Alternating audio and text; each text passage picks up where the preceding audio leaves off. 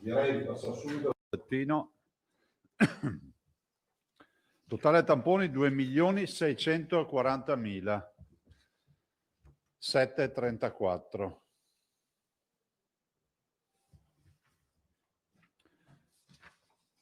Tamponi rapidi 703.000, 663. I positivi sono 116.000, 156, più 3.468.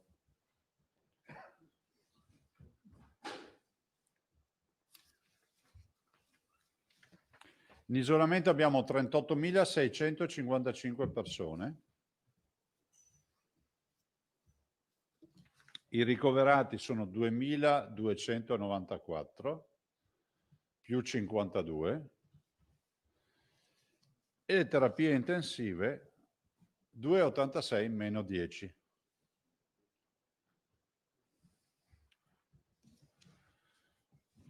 I dimessi 6.147 più 95.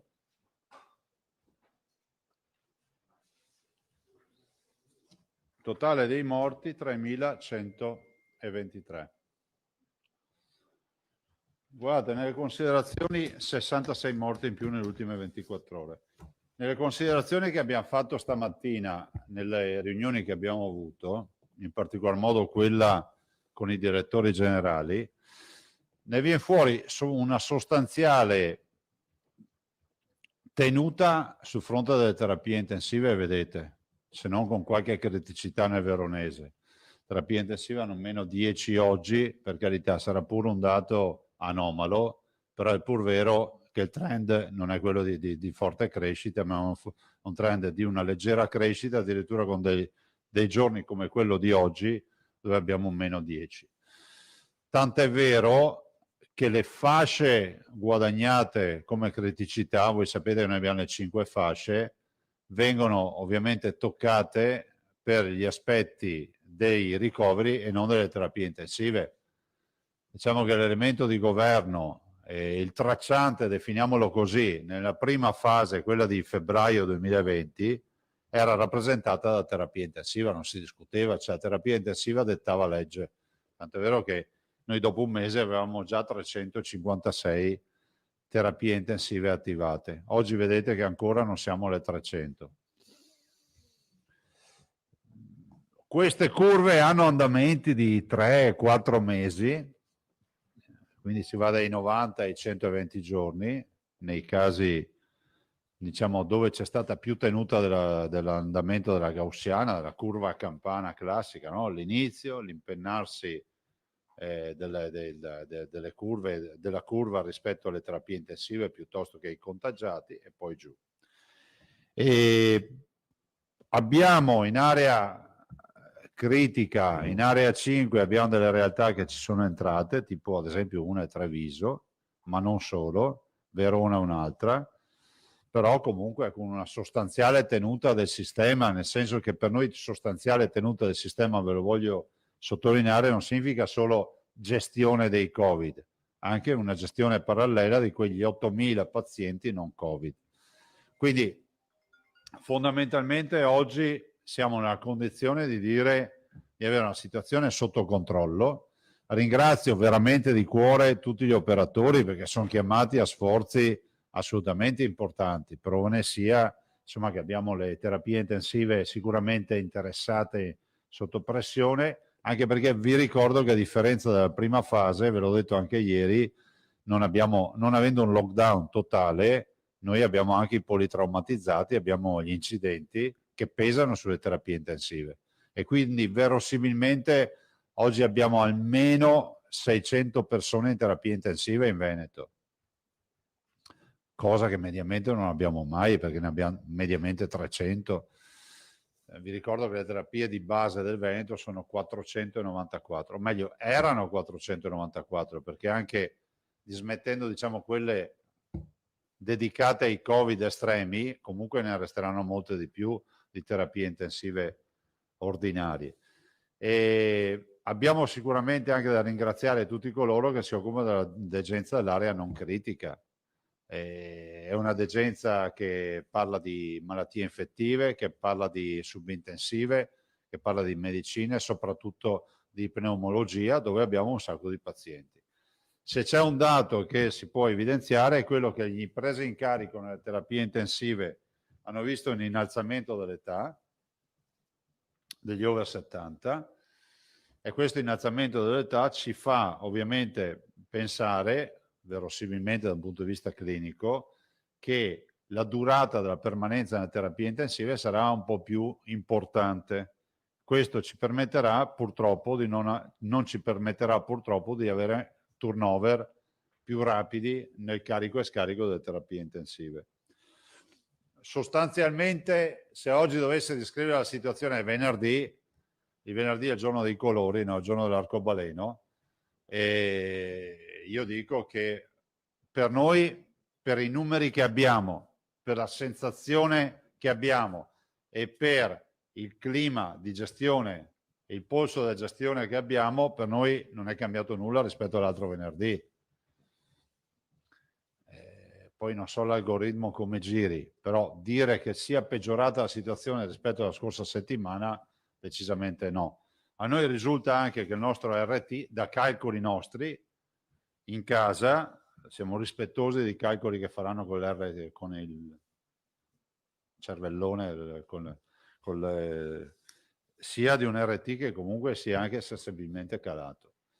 Guarda, l'RT è una roba infernale perché poi è legato a molti fattori che spesso, pensate solo al tema dei tamponi, no? Noi facciamo una marea di tamponi e quindi abbiamo la possibilità anche di dire che anche in questa occasione non sarebbe male che finalmente ci fosse la sommatoria tra tamponi rapidi e molecolari, e questo per noi è fondamentale. Ho parlato 2 o 3 volte anche ieri con il professor Silvio Brusaferro di SS. Ho avuto incontro importante ieri con i colleghi presidenti alla presenza sempre del professor Brusaferro, ma soprattutto del ministro Speranza e del ministro Boccia. Abbiamo parlato ovviamente di un sacco di argomenti, tra i quali anche di questi temi dei tamponi, e direi insomma che si sta facendo un bel lavoro, quindi grazie a tutti quelli che stanno lavorando.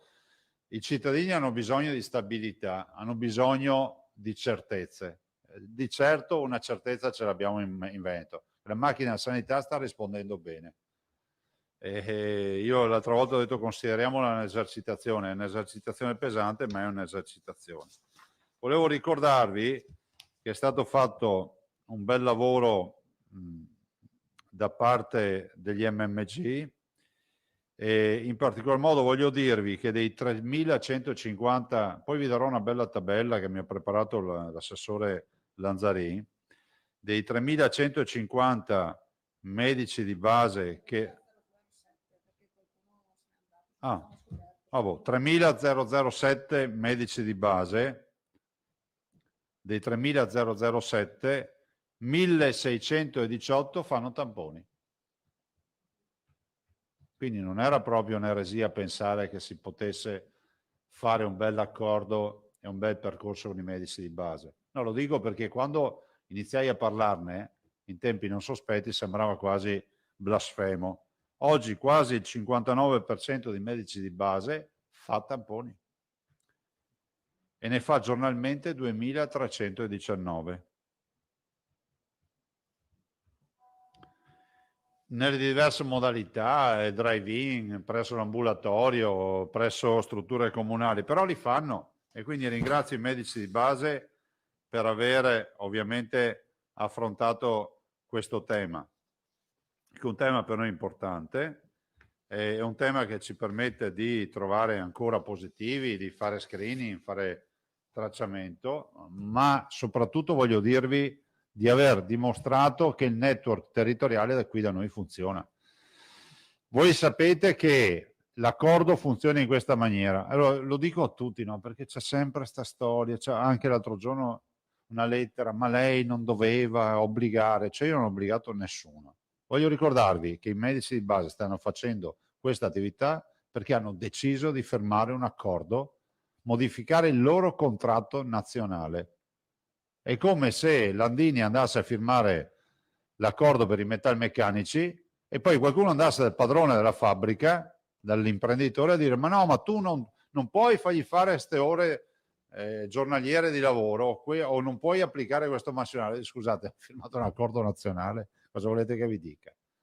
E l'accordo prevede 18 euro a tampone per ogni tampone che il medico di base fa, e 12 euro se lo fa fuori dal suo ambulatorio.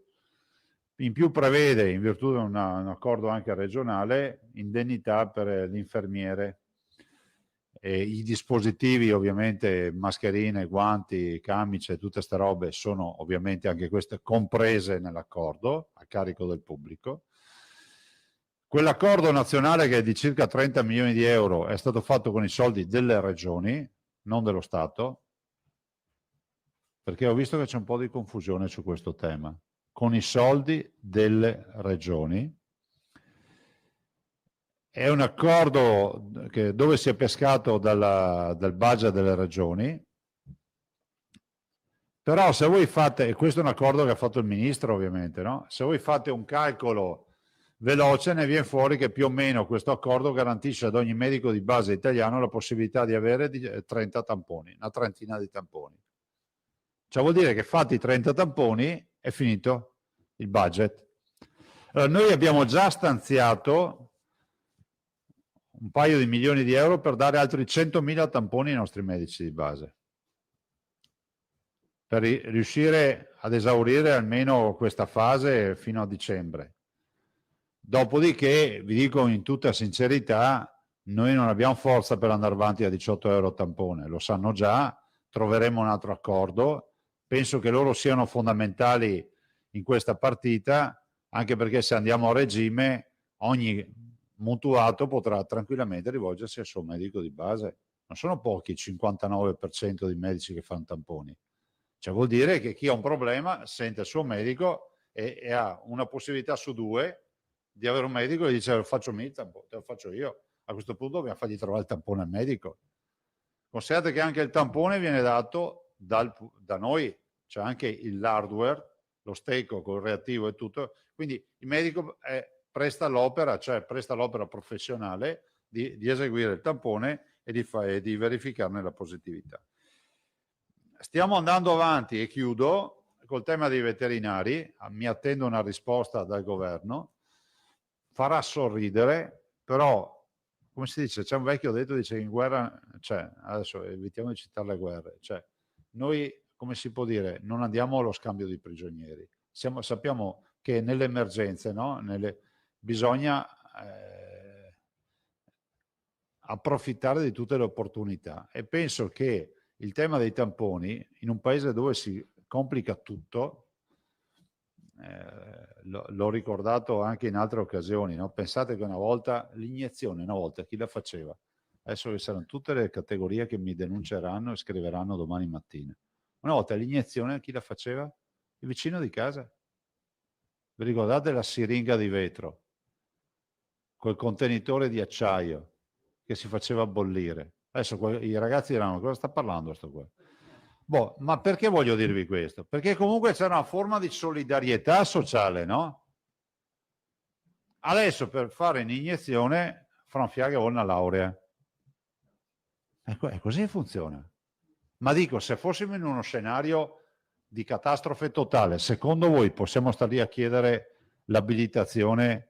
Allora dico, ci sono dei modelli gestionali che possono essere rispettosi della sicurezza, rispettosi delle qualifiche, ma che possono anche pensare, ad esempio, che rispetto al fatto della manovra del tampone si possa fare dopo un addestramento molto personale sanitario, ad esempio. Quindi per questo io mi sono permesso di dire valutiamo i veterinari. E abbiamo scritto anche per i dentisti. Cioè non è che siamo di fronte a delle persone che sono avulse da questo mondo. Sono persone che peraltro per i loro pazienti fanno i tamponi.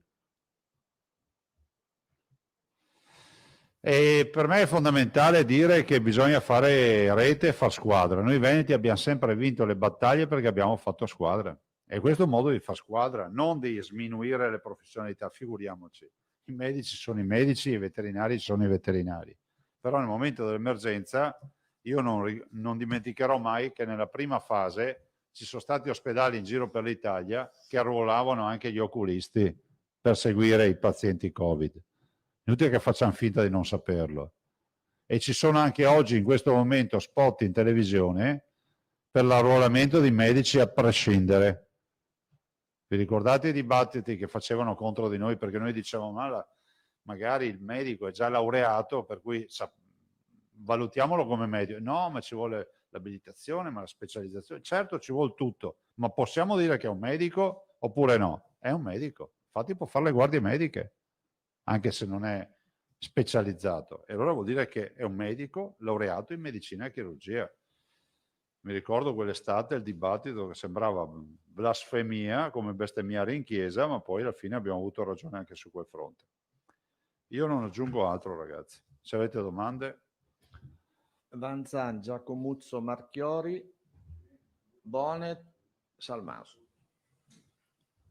Presidente, buongiorno. Buongiorno. Ci può spiegare bene cosa è successo ieri nell'incontro con i governatori e i due ministri a proposito dei ristori per le regioni che hanno introdotto ordinanze e quindi ulteriori prescrizioni rispetto a quelle introdotte dal governo? Ma sai, io ho sostanzialmente portato sia in maniera formale ieri che informale nei giorni precedenti l'istanza dei territori che hanno adottato provvedimenti restrittivi che non sono provvedimenti governativi.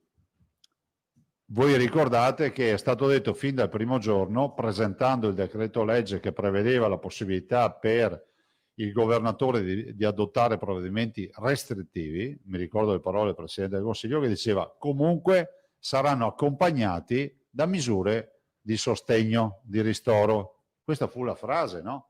ma questa è sempre stata l'intesa. Non avendo mai avuto dubbio su questo e non essendo nella prima fase nella quale comunque intanto facevamo e dopo vedevamo, io ho sempre dato per scontato che ogni azione restrittiva fatta ad esempio dal sottoscritto, dal collega Bonaccini, dal collega Fedriga, dal collega Marsiglio, dal collega dal collega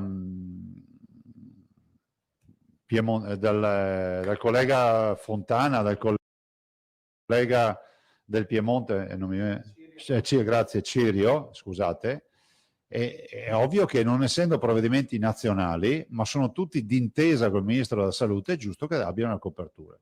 Ieri il governo ha rassicurato sul fatto che comunque le coperture ci saranno di natura finanziaria, è giusto che i ristori ci siano. La nostra ordinanza a livello regionale pesa sul fatto, ad esempio, che i negozi sono chiusi fine settimana. Scusatemi, sono chiusi la domenica. E poi ci sono le medie strutture di vendita che sono chiuse il sabato e la domenica perché il governo aveva chiuso col DPCM solo i centri commerciali. Penso che qui sia doveroso che ci sia un ristoro. Poi mi è stato detto, ma sai, difficile poi calcolarlo perché un giorno, vabbè, farete quello che fate per tutti, lo dividerete per 30 e lo moltiplicate per 1. Cioè, non è che se sono 2 giorni lo moltiplicate per 2, cioè, questa è la formula più banale, poi ce ne sono altre 100.000 magari più intelligenti di quella banale, ma comunque la rassicurazione ci è stata data formalmente.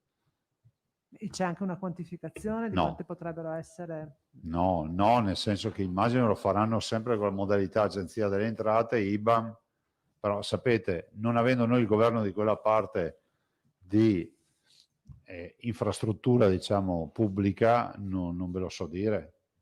Però guardate, ieri non c'è stato la minima ombra di dubbio di accogliere questa istanza.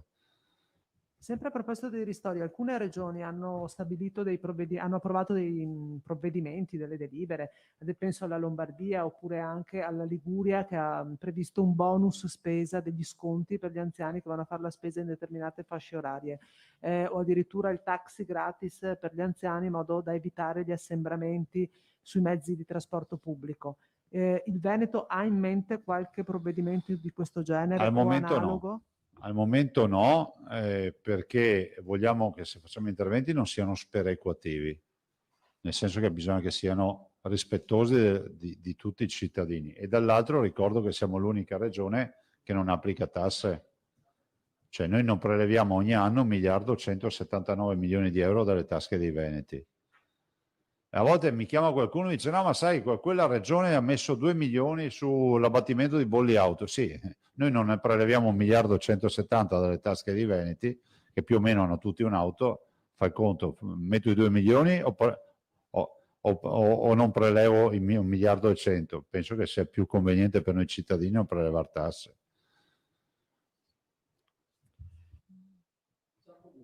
Giacomuzzo. Buongiorno Presidente. Ciao. Per quanto riguarda la fase di allerta 5, quindi parliamo di sanità, due province sono già entrate, il resto della regione che tempi ha per diventare tutta fascia, quindi 5 oppure se avete già cominciato a mettervi in preallerta? Ma è variegata la situazione, è variegata, però devo dire che ad esempio c'è Rovigo, che è una storia a sé, per dire, no? Rovigo, come nella prima fase, forse perché meno metropolitana come area rispetto ad altre aree del Veneto, però è pur vero che il bellunese ha avuto... Allora noi abbiamo dei casi, no? Il bellunese, pensate a Auronzo, tanto per citarne uno, o il Comelico, dove abbiamo avuto dei piccoli cluster, no? dei piccoli focolai, diciamo, un po' più importanti. Oppure Valdagno, la Valle dell'Agno, altra esperienza delle tue zone. Per dire allora, se è vero che l'area metropolitana è più esposta, perché comunque la movimentazione, le relazioni sociali, i mezzi di trasporto, insomma tutto quello che può creare relazione e trasmissione, dall'altro è pur vero che luoghi isolati stranamente hanno fatto partire dei cluster, però poi magari riguardano le contrade ad esempio, no? Nella Valle dell'Agno le contrade sono state uno degli esempi, perché magari dove c'è meno distanziamento sociale c'è più, come si può dire, c'è più comunità, no? Allora, Rovigo sarà quella che se c'entra da ultima. Le altre sono tutte un po' in area 4, diciamo precoce, piuttosto che qualcuna area 4 matura, però di area 5, diciamo, importante ingresso sono queste che vi ho detto, no? Sì. Sì, anche, scusate, anche Vicenza con l'area non critica in area 5, appena all'inizio. Questo, sì, sì. Sì, sì. Sempre per l'area non critica. Sì. Questa seconda fase è la fase dei ricoveri non critici, cioè non terapia intensiva. Però non è che c'è da far festa, cioè vuol dire cure intensive, perché vuol dire essere presenti, terapie importanti. Non è un paziente normale il paziente Covid. Per quanto riguarda invece il giallo sui tamponi rapidi e tamponi molecolari, a novità si continua con il piano sanitario pubblico vostro del fine ottobre, per cui ai sanitari test rapidi mi segnalavano ieri al paziente che deve entrare in ospedale invece si fa il molecolare. Si continua intanto con con questo tipo di modalità e per quanto tempo, insomma, lei si aspetta una modifica breve, una risposta breve dal CTS nazionale? Ma guardate, partiamo da un presupposto che l'istanza presentata da illustrissimi professionisti del Veneto, che sono fra l'altro le persone che noi abbiamo scelto come nostri consulenti, è un'istanza assolutamente comprensibile, no? Alla luce di tutto il dibattito che c'è stato, questo ve l'ho detto anche ieri, nessuna lesa maestà. E va un po' supportata dal punto di vista scientifico, perché poi alla fine sono 4 righe scarne che magari hanno come obiettivo quello di chiedere informazioni, no? di iniziare una valutazione all'interno del CTS, e ci sta fino in fondo. E dico anche che il tema dei tamponi rapidi è un tema ormai solido a livello internazionale. Io non sono uno scienziato, non sono un esperto, ma leggo quello che scrivono gli scienziati, gli esperti. C'è letteratura da vendere, ce n'è tanta di letteratura scientifica sui tamponi rapidi, anche perché li trovi dappertutto. Paesi che fanno tamponi rapidi in maniera importante come noi sono la Germania, la Gran Bretagna, la Spagna, la Francia, gli Stati Uniti. Cioè il tampone rapido, per un ovvio motivo, non è solo il tema della praticità, ma è rappresentato dal tema anche di avere subito un esito che ci permette di non attendere 3 o 4 giorni, magari di avere una persona che nel frattempo in attesa si muove, circola. E se poi ci pensate, diciamola fino in fondo, il dibattito dove sta? Sta sul fatto che il tampone rapido parte da un presupposto, da un'affidabilità al 99%, oltre il 90%, ma si va certificata, partendo da un presupposto che oltre un numero di CT, oltre a una carica virale, non si considera più importante l'indagare. E quindi l'affidabilità oltre a quella carica comincia a decrescere. Ciò vuol dire che se tu sei tanto infettante ti becca, man mano discende la tua possibilità di infettare, il tampone rapido comincia ad essere meno affidabile. Ma questo è scritto, non è una scoperta di qualcuno che va in giro col foglietto. Il punto di riferimento quanti sono? 33 CT. C'è scritto nella certificazione. Cioè dà un'affidabilità quasi totale come molecolare fino a 33. Uno dice, vabbè, e se io ho il virus oltre 33? Il dibattito tra scienziati è che poi comincia a diventare carica virale bassa e comunque pezzi di virus. Detto questo, dall'altra parte, scusami e finisco, c'è un altro aspetto che nessuno mai evidenzia. Prendiamo il Veneto. Facciamo un ragionamento. Noi facciamo 53.000 tamponi l'altro giorno, no? 17.000 molecolari, 33.000 quanti erano? 38.000, 39, 36.000 rapidi. Una giornata da 3.400 positivi. I 37.000 rapidi si sono portati a casa, ma a farla proprio piccola, almeno 2.500 positivi. Che non avremmo mai trovato. Quanti ne abbiamo persi? 5, 6, 10 per il tema dei CT, dell'affidabilità. Ma ne abbiamo portati a casa 2.500. Perché noi non è che possiamo sostituire tutti i tamponi rapidi con i molecolari. Non ce la facciamo. Io li ho letti tutti i progetti che sono stati presentati. I progetti presentati dicono 350.000 tamponi al giorno in Italia. E la ricaduta, ma a regime che funzioni tutto, non ora, la ricaduta per noi sono 2.600-2.700 tamponi. Comunque non beccheremo 2.000 positivi. Questa è una valutazione che mai nessuno fa. Cioè stiamo discutendo dell'eventuale falso negativo per quote basse e non discutiamo del fatto che nel frattempo la rete mi pesca a strascico una montagna di positivi che mai troverei. Questa è una valutazione proprio statistica. Allora io non sono scienziato, ma la statistica l'ho fatta all'università e questa è una delle regole classiche, cioè è la logica dei numeri. Sarà cruda, brutta, ma è così. In sanità pubblica non interessa raccogliere più positivi possibile, no, star lì. Ovvio che lo scienziato giustamente fa le sue considerazioni che sono più raffinate delle mie, ma io 2.500 positivi non li troverei mai al giorno. No, ma infatti, ma io credo, mi permetto di farvi capire che il fulcro e l'obiettivo della lettera non sia tanto quello dell'invalidare il test come modalità, sì. ma è proprio quello di dire noi che siamo nelle prime linee, che non possiamo permetterci di ammalarci, altrimenti chi ci cura tutti, di ritornare alla modalità precedente che c'era fino a fine ottobre, cioè il molecolare ogni 8 giorni. Ma è giusto? Allora, intanto il molecolare, intanto cominciamo col dire una roba, che lo screening negli ospedali l'abbiamo introdotto noi. Vi è chiaro a tutti, prima fase, no, perché adesso qua viene fuori che esaminiamo Gesù bambino, cioè non è proprio così.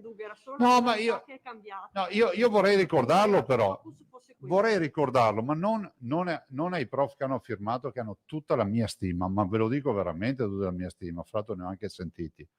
Ma siccome qua mi rendo conto che facciamo le robe in maniera virtuosa, dopo viene qualcuno, magari un sindacato, a spiegarci cosa dobbiamo fare. I piani di screening per il personale degli ospedali e dell'RSA lo abbiamo portato noi a marzo. E altresì abbiamo deciso che per chi è in prima linea di farlo ogni 7 giorni, non ogni 20 giorni. Sono 60.000 persone dell'RSA e sono 54.000 dipendenti della sanità. Allora, il testo dell'Istituto Superiore della Sanità dice: prima scelta tampone molecolare per lo screening. Occhio che le parole hanno un senso in questo mondo. Per lo screening del personale sanitario o tampone rapido. Quindi non c'è nulla di improprio. Dopodiché, se qualcuno pone delle altre questioni, è giusto che vengano approfondite. Però dico anche che l'ACDC ha dichiarato che per la lettura in doppio, cioè per la conferma della positività, e diventerà, vedrete, norma a ore anche in Italia, perché sarà inevitabile, il test antigenico, quando è positivo, tu lo devi fare confermare da un molecolare. Dice sopra 10 di valore, non si conferma più. Vuol dire che 9 tamponi rapidi su 10 non avranno più la conferma del molecolare. È un valore dell'antigenico. C'è un valore di calcolo, adesso non fatemelo spiegare, c'è un valore che c'è questo riferimento 10, non sono in grado di spiegarlo, parla di un parametro, però mi si dice che il parametro vuol dire almeno 9 tamponi su 10, ma non voglio neanche parlare di queste robe tecniche, dico che questo è il mondo. E anche sul test fai da te, lasciatemelo dire, ve l'ho già detto ieri. Stati Uniti 2 giorni fa hanno approvato un test fai da te che si chiama Lucira. Andatevi a guardare, Lucira si chiama. Faccio pubblicità anche di roba che non so neanche, boh, Lucira. FDA, cioè l'FDA, cioè non è il club della scopa, tosati, cioè è colei che autorizza i farmaci e i dispositivi per tutti gli Stati Uniti. Il governo italiano, su nostra sollecitazione, ha adottato un mese fa una norma per cui tutti i prodotti che vengono dai paesi G7 non hanno bisogno di validazione in Italia.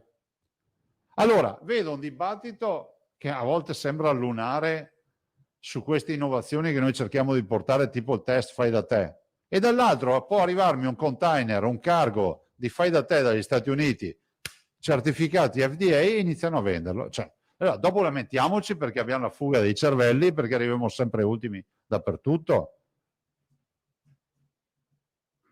Cioè, sono stato chiaro, cioè, domani mattina può venire uno con cargo pieno dei fai da te degli Stati Uniti e chiedo di essere smentito, può venderli perché noi abbiamo una norma in Italia che precisa che l'autorizzato in un paese del G7 va bene per l'Italia. L'abbiamo fatto per evitare, quando avevamo avuto i tamponi rapidi abbiamo dovuto fare le prove, Rigoli fece i famosi 11.000 tamponi, mandò, e si dice, ma che senso ha che questi tamponi qua sono già autorizzati in giro per il mondo? E allora ne venne fuori che scelsero solo i paesi G7, quindi esclusero la Cina, esclusero i paesi grandi produttori e rimase il gruppo G7. Questa è la storia. Allora, non esiste il partito dei tamponi rapidi e dei tamponi molecolari. Non è una battaglia tra Guelfi e Ghibellini, tra analogico e digitale, tra Medioevo e Rinascimento. Esiste solo il buon senso di riuscire a dare a curare i cittadini. Io faccio i tamponi rapidi comunque, che sia chiaro. Io ho in lista Marchiori, Bonet e Salmaso e Nuovo Terraglio si aggiunge ora. Sì, buongiorno Presidente. Un chiarimento Buongiorno. riguardo quanto ha detto prima sull'accordo con i medici di base, ovvero ha detto dalla Regione adesso ne arriveranno 100.000, però poi quando termineranno non possiamo più sostenere il costo dei Sì, 18 sì. euro, eccetera, e che eventualmente si rivedrà l'accordo, ma ci sono già delle idee in tal senso? Sì, guardate che questa non è una sorpresa, con i medici abbiamo già parlato. Quindi Abbiamo ci state fatto già questo- lavorando? Sì, abbiamo fatto questo blocco di 100.000. Non escludo che a livello nazionale magari si decida di sostenere questa iniziativa, e nulla osta, ma il tema è un tema di bilancio. Cioè, sì, sono 10 milioni di tamponi, mi ricordo, ma sono 10 milioni per 18 euro, insomma, fate voi, insomma. Sono 180 milioni di euro, per capirci. Ok, poi non mi è chiara una cosa. All'inizio lei ha detto che il 59% dei medici effettua i tamponi.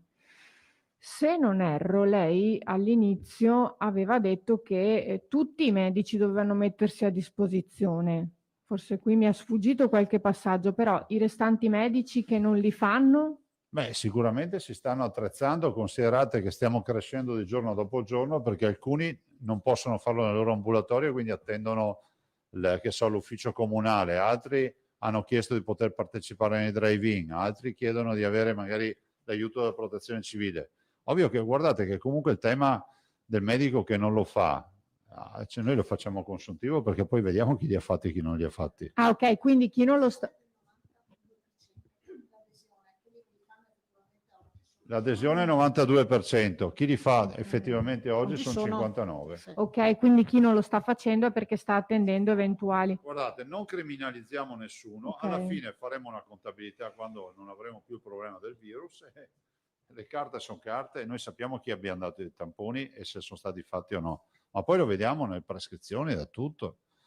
Ok, va bene. Poi, mentre cioè nel corso della conferenza ci ha scritto un'infermiera di Legnago, lavora in area non critica, lei dice che la situazione da loro non è così sotto controllo, perché si trovano ad esempio ad essere 13 infermiere turniste in 5 contagiate, eppure lavorano con tutti i DP del caso. Lei scrive siamo tutti bardati, però fanno dei turni massacranti e non reggono il peso, dice manca proprio il personale. Come facciamo? Come la risolviamo? Fa il sindacalista? No, sto riportando quello che c'è. No, C'è dicevo... scritto proprio nel corso della conferenza. No, diciamo. ma guardate, a Bianchiaro non a caso li ho ringraziati. E questi sono momenti nei quali si va sotto pressione. E purtroppo è così. Lo è anche quando la sera è un brutto esempio da fare, perché la pressione sanitaria e quello che stanno vivendo i nostri sanitari è una roba estrema. Però lo è quando la sera avete chiuso il giornale e arriva che so, la catastrofe, dovete riscrivere il giornale in pochi minuti purtroppo la sanità in questo momento è toccato alla sanità che c'è questa pressione paurosa, come accade quando arriva un'alluvione, che la protezione civile si ritrova per giorni in mezzo all'acqua e non torna a casa. È così, ma noi lo sappiamo. Magari avessimo personale da dare, non ce n'è. Guardate, ieri l'assessore aveva un numero, abbiamo tentato anche di contattare delle agenzie che sembrava infermieri a partita IVA. Non se ne trovano, non c'è nulla sul mercato. Se ne avete, fatecelo sapere. Okay. Ma siamo coscienti del sacrificio che fanno i nostri lavoratori, Va bene, grazie. Poi una domanda per l'assessore Lanzarin. Sì, dopo l'assessore è a Grazie. disposizione. Bonet.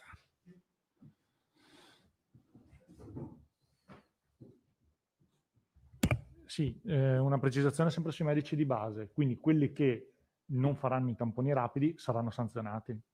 È scritto nell'accordo. Okay, va bene. Poi Cioè, non è, attenzione, scusami Marco, non è una sfida, no? Perché noi siamo chiamati a applicare l'accordo, non l'abbiamo inventate noi ste robe. Lo dico anche a quelli che scrivono, che dicono che noi non obblighiamo nessuno. Cioè, questo sono stati loro a firmare l'accordo. Peraltro negli interessi di chi lo fa. Va bene. E l'altra cosa invece sul tema dei ristori per le zone gialle plus, la modulazione. Lei ha detto che ieri avete trovato insomma un certo conforto a livello di governo, però anche a beneficio di chi domani ci legge, ci sono delle tempistiche, si è discusso? Non ne so nulla. Non si sa. Dovrebbero secondo me essere introdotti nel decreto ristori 2, 3, come si chiama? Quello che stanno scrivendo adesso in queste ore. Il 3. No, deve essere introdotto lì. Una norma per cui si vada anche a ristorare, diciamo, le azioni restrittive delle regioni. Un'ultima domanda che è più una curiosità. Lei ha detto che oggi ha sentito i componenti del CTS che hanno scritto la lettera. Che cosa le hanno detto? Perché No, ma guardate che io ho un ottimo... almeno ci riferisce a lei qual è la loro posizione. No, io ho un ottimo rapporto con... Fra l'altro sono tutti professionisti che conosco bene. Fra l'altro sono delle star della sanità del Veneto. E loro l'idea, ma poi chiedetelo a loro, io non voglio fare io ne ho dedotto che la loro idea era semplicemente quella di fare un punto della situazione all'interno del CTS, tanto è vero che il CTS è completo, si ritrova poi anche con i rappresentanti della regione. Però io ho anche spiegato che una lettera con quelle firme ha un valore, ma non c'è nessuna contrapposizione, ma minimamente, tanto è vero che non è... Guarda, io penso che sia ragionevole e umano che ci sia stata... Uno possa dire, sentite cosa sta succedendo, no? Cioè, ci sono dei medici, ad esempio, che prescrivono solo tamponi rapidi e solo tamponi molecolari. E sulla base di cosa? È probabilmente una confusione che il legislatore ha mantenuto in piedi. Poi Salmaso. Posso intervenire sull'argomento? Prego. Così poi lo chiudiamo. Lei ha detto, sappiate che io comunque continuo a fare i tamponi rapidi, quindi anche ai componenti del CTS e ai propri dipendenti dei No, rispettivi io ho reparti. detto, io faccio, cioè se fanno a me un tampone faccio il rapido, a me personalmente. Dico che noi continuiamo sulla base di evidenze scientifiche in attesa di di avere anche delle lucidazioni maggiori e fra l'altro anche di avere ulteriori provvedimenti, perché staranno per uscire a livello nazionale sempre sui tamponi antigenici, i nostri direttori continueranno a portare avanti il piano di sanità pubblica che prevede i tamponi rapidi. Del resto, davanti a qualsiasi obiezione, ricordo che l'ISS dice prima scelta tampone rapido e tampone molecolare, oppure o scrive o no, o in mancanza, o tampone rapido. Quindi non ci saranno Al momento no. cambiamenti di modalità e tipologie, si continua con il piano. Con il piano sì, in attesa che Roma ci dica qualcosa. Albino Salmaso. Presidente, volevo tornare anch'io sulla questione dei ristori, non per essere frainteso, ecco, Sì. ma lei non ha alcuna responsabilità, nel senso che il governo che fissa le cifre, questo Non sia come quei cabresi benissimo, ieri. lo dico in premessa proprio per evitare magari fraintendimenti, che non è No, lo tranquillo. spirito della domanda, benissimo, però lei sa meglio di me che ovviamente i decreti, per come sono stati scritti dal governo, il Ristori 1, il Ristori 2, ora il Ristori 3, che avrà 1,5 miliardi aggiuntivo ai 5,4 già stanziato, prevede purtroppo alcuni interventi modulati, ovviamente per codici Ateco e poi sulla base appunto delle zone gialle, arancioni o rosse. Noi oggi, il nostro giornale La Nuova Venezia riporta l'opinione dei presidenti, degli albergatori e di altri operatori economici che pretenderebbero addirittura il cambio del rimborso non dalle zone gialle, ma sulla base della perdita del fatturato. E questo sarebbe una svolta epocale, direi, per una città come Venezia che è stata disastrata. Ecco, questo ovviamente non è nei suoi poteri, però volevo capire che tipo di interlocuzioni lei ha avuto con il governo, visto, ha già risposto a dei colleghi, ma ad esempio se siamo in zona rossa l'IMU viene rinviata, non si paga l'acconto IMU. Se siamo in zona rossa viene sospesa l'IRES al 2021. Ecco, ovviamente qui sarebbe una vera beffa che il Veneto, regione più efficiente sotto il profilo sanitario, si trovasse poi penalizzato oltremodo. Quindi, È esattamente quello che ho detto io ieri. Esattamente questo. E ti dirò anche di più, che concordo pienamente, perché la formula migliore per ristorare i nostri imprenditori è quella di prendere una media del fatturato, non dico dell'ultimo mese, di un periodo diciamo rappresentativo dell'attività, così evitiamo sempre le solite questioni e discussioni, e si prende la media mensile del fatturato e dopodiché si vede il calo del fatturato. Non dico ristorare al 100%, perché poi se tu non apri avrai anche meno costi variabili, no? Perché non hai magari del personale che l'hai messo in cassa integrazione o quant'altro, ma stabilire una quota ragionevole per andare a ristorare il fatturato che è mancato. È esattamente il modello tedesco. I tedeschi hanno fatto così. No, un'altra domanda, poi questa qui speriamo che tu, prego. No, sì, certo, se vuoi. Sempre su questo tema, però sono diversi piani dei ristori, Presidente, Certo. lei lo sa benissimo. Uno è Zaia fa un'ordinanza restrittiva in Veneto e c'è il problema dei negozi chiusi la domenica. La colorazione dell'Italia attribuisce al Veneto la fascia gialla, quindi siamo belli E c'è per i tranquilli. gialli. E però ci sono, essendo il Veneto avendo come prima industria il turismo ed essendo stato la regione che aveva 70 milioni di presenze turistiche, ha delle città, soprattutto le città d'arte, Venezia in particolare, che non lavora più, perché non ci va più nessuno. Quindi siamo in giallo, dicono gli albergatori, quindi non possiamo avere i ristori delle fasce rosse, non c'entriamo con l'ordinanza del Presidente della Regione, ma siamo a catafascio. Questo è un altro tema ancora. Ma io ne ho parlato di questi temi, l'ho posto, cioè il tema del colore non c'entra nulla con il danno che comunque si subisce. No, però mi consenta, per non essere berlusconiano nell'interlocuzione, ma se Venezia paradossalmente fosse zona rossa, questo problema non ce l'avrebbe. Cioè è per carità, ecco. Nessuno pretende che Venezia diventi. Ma più che una rossa disciplina per la città d'arte, direi che deve esserci una disciplina che prescinde dal colore dell'area. E questo è poco ma sicuro. Cioè, il danno comunque c'è. Cioè, non è quando tu chiudi il centro commerciale, lo chiudi nelle aree gialle, lo chiudi nelle aree rosse, lo chiudi nelle quelle arancioni, però non è che vale di più o di meno. Su questo che risposta ha avuto, se ha avuto una risposta? Ma che ci stanno lavorando. Poi sapete, per essere più precisi dovreste parlare con gli esponenti del governo di questi temi, cioè, Certo. oggettivamente. Io non è che sono nella stanza dei bottoni. Solo che lei giustamente ha avuto la bella idea di avere ogni giorno un'interlocuzione con noi e quindi noi... No, ma io lo faccio volentieri perché... perché Le poniamo a lei, poi vediamo. il lavoro che fate voi è unico, perché lo vedo dai cittadini che comunque sono informati e questo è fondamentale. Pensate, immaginate per un attimo che in Veneto non si facessero sti punti. L'ultima domanda, vediamo se... Allora, vaccino Covid. Sì. Qui ci sono opinioni diverse da parte di autorevoli. Crisanti, che ovviamente ormai viene interpellato Da voi? No, dal Corriere della Sera, per cui mi chiamo fuori. No, la fonte è sempre fondamentale. Ah, peccatore il Corriere della Sera. Per evitare di rendere meno importante la notizia. No, fa domanda, dai, fa domanda. Ovviamente dice che lui a gennaio, insomma, ha seri dubbi nel fare il vaccino. Poi, ovviamente, sempre i colleghi hanno intervistato la Viola che dice che invece che è molto contenta di essere tra i primi a sperimentare questo vaccino. Quindi, come vede, anche a Padova, pur lavorando nella stessa università, le opinioni sono diverse.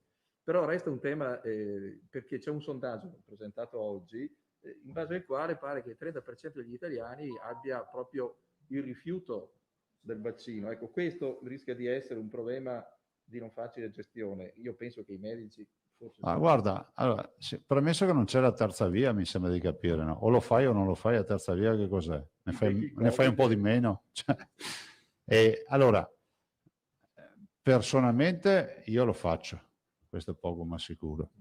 Però posso... E non ci dice anche quale sceglie? Quello che gli danno. Mi farò uno shaker, cosa volete? li farò shakerati. Ma guardate che alla volta di gennaio noi avremo sulla piazza almeno 6 vaccini. Noi in Ferrado ci stiamo organizzando. Il vaccino non è obbligatorio. Quindi dico, evitate di scrivermi.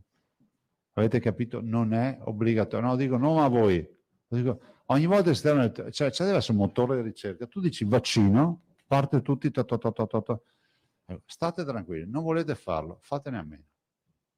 Cioè il vaccino non è obbligatorio, però lasciate la libertà di chi vuole farselo che se lo faccia, senza avere i commenti vostri che vengono a spiegare che non devono farselo. Allora, il tema è questo, e io rispetto veramente la libertà di pensiero di ognuno, anche di chi è contro i vaccini.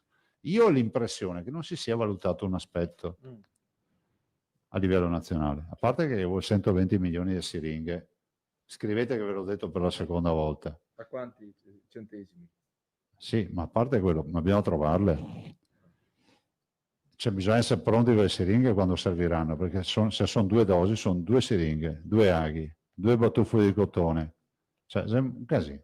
A parte questo, immaginate il mondo, cerchiamo di guardare un po' più avanti, col vaccino. Adesso vi faccio un esempio che poi anche questo dopo vince a pastorto. Se c'è la rabbia, tu col cane, se non è vaccinato, in alcuni paesi non ci vai. Certo. Avremo il passaporto sanitario, vedrete che finirà così. Perché oggi ti chiedono il test, domani ti chiederanno il vaccino.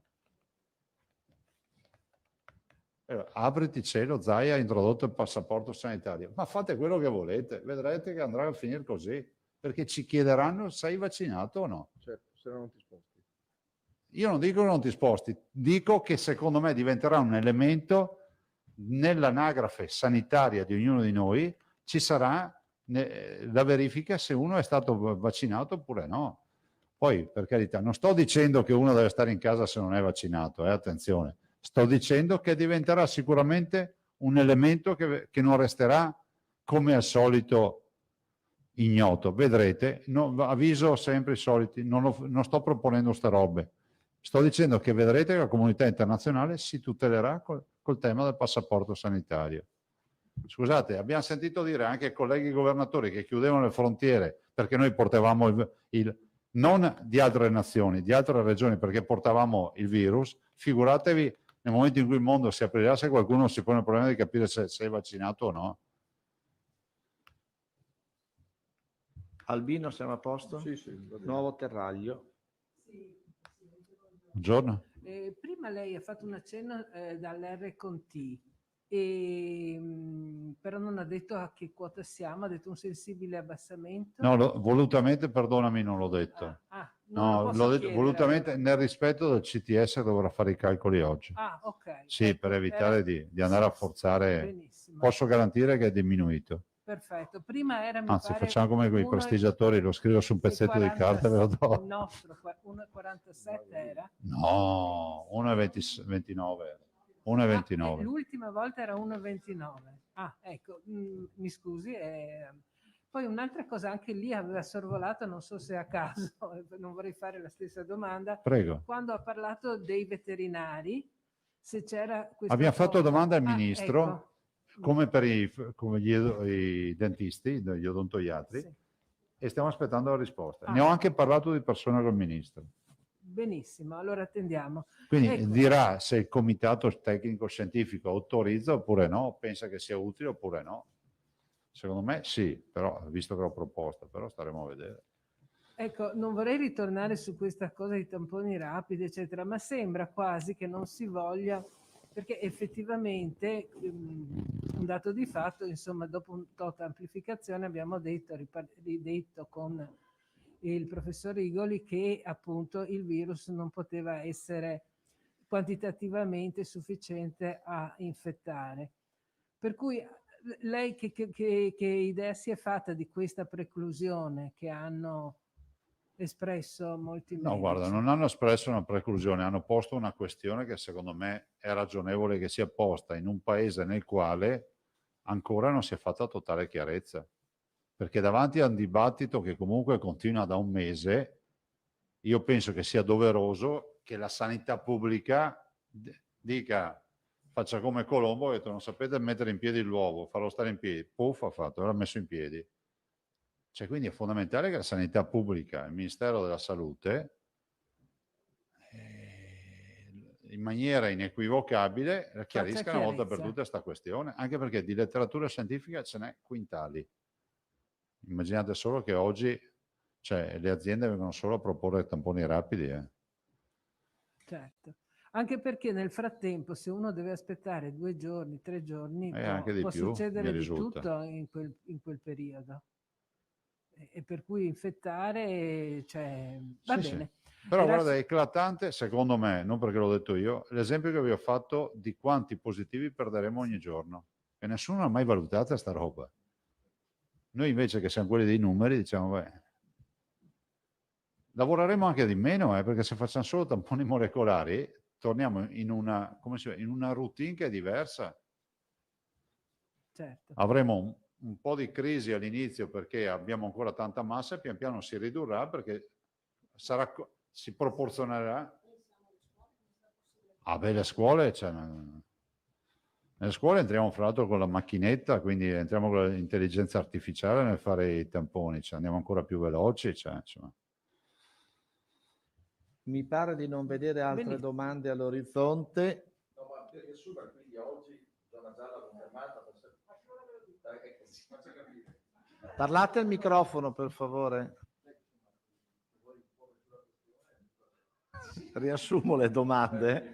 No, ho capito. Guardate ragazzi, nel totale rispetto del lavoro autonomo e indipendente del CTS nazionale che elabora i dati, noi sapremo nel pomeriggio se restiamo in zona gialla oppure no. E poi dicono che ce l'abbiamo veramente con... Attendiamo. Sì, nel caso siamo sempre già di plus. Sì, plus, sì. Eravamo in 3, però 2 sono andati in zona arancione. Credo che questa cosa che il Veneto, lo ripeto, a beneficio il fatto che il Veneto sia l'unica regione oggi in questa situazione, cioè gialla con l'ordinanza supplettiva, cioè forse incide anche sul tema dei ristori, nel senso che non so se il governo ha come priorità un provvedimento che di fatto riguarda una regione sola. Temo questo. No, però attenzione, il tema dei provvedimenti restrittivi non è solo del Veneto, è dell'Abruzzo, del Piemonte, della Lombardia. Sì, hanno adottato, scusa, mi sono spiegato male, loro hanno provvedimenti restrittivi autonomi. Il Cirio, per dire, il collega Cirio ha chiuso le scuole prima ancora che comparissero le aree a livello nazionale. Sì, no, ci sono parecchie regioni che hanno provvedimenti autonomi. Ma io guarda, auguro a tutti che si torni velocemente a zona bianca. Mi pare ci fosse, a questo punto la evadiamo subito, una domanda per la Lanzarini e chiudiamo così. Sì, la vi lascio con l'assessore Lanzarini, grazie. C'è il Domande tema per delle concessionarie Bottacin, auto? qualcuno? No. Lanzarini, anche tu? Ok. Sì, volevo, se vuoi dirlo te. No, mi ricordava Bottacin, l'assessore, che per le concessionarie auto è stata fatta una FAQ dall'avvocatura, quindi una risposta che si dice che sono medie strutture di vendita, hanno grandi spazi, non fanno vendita, fanno vendita di prodotti ingombranti, quindi non è che uno va a fare la spesa e quindi possono rimanere aperte il sabato. Questo è quello che è stato detto. Sì, le concessionarie sì. Però devono essere fuori dai parchi commerciali. Cioè non è che uno va a farsi la passeggiata con la scusa della macchina. Quindi la concessionaria classica, insomma, che vede per strada. Però, Presidente, posso sollevare velocemente un dubbio, visto che siamo in tema e che mi era stato chiesto nei giorni scorsi. È valido anche in questo caso il fatto di entrare uno per nucleo familiare? Perché l'acquisto di un'automobile è un acquisto molto familiare. No, quindi... noi l'avevamo previsto per le spese per il retail, no? Cioè l'alimentare in particolar modo. Ok, quindi Sì, non sì. per altri settori E tipo c'è stato questo. posto, ad esempio, l'abbigliamento, uno dice, ma io devo farla a comprare solo. No, la comunione devo fare l'abbigliamento nuovo alla famiglia, cioè ovvio che ci vai con accompagnato, però per la spesa sì. È un appello, un appello agli over 65, approfittate delle prime ore del mattino. Approfittate delle prime ore del mattino. Quindi E agli per gli under altri... 65 andate dopo le prime ore del mattino. Quindi gli altri settori tipo auto si può andare anche Sì. in due. Okay. Sì. Ok, grazie. Sì, quindi ai concessionari e ai venditori di auto che si sono trovati in questo limbo perché erano quasi tutte aperte tranne quelle medie, possono aprire. Prego. Vi lascio la sorella Lanzarini. Arrivederci. Buongiorno. Arrivederci.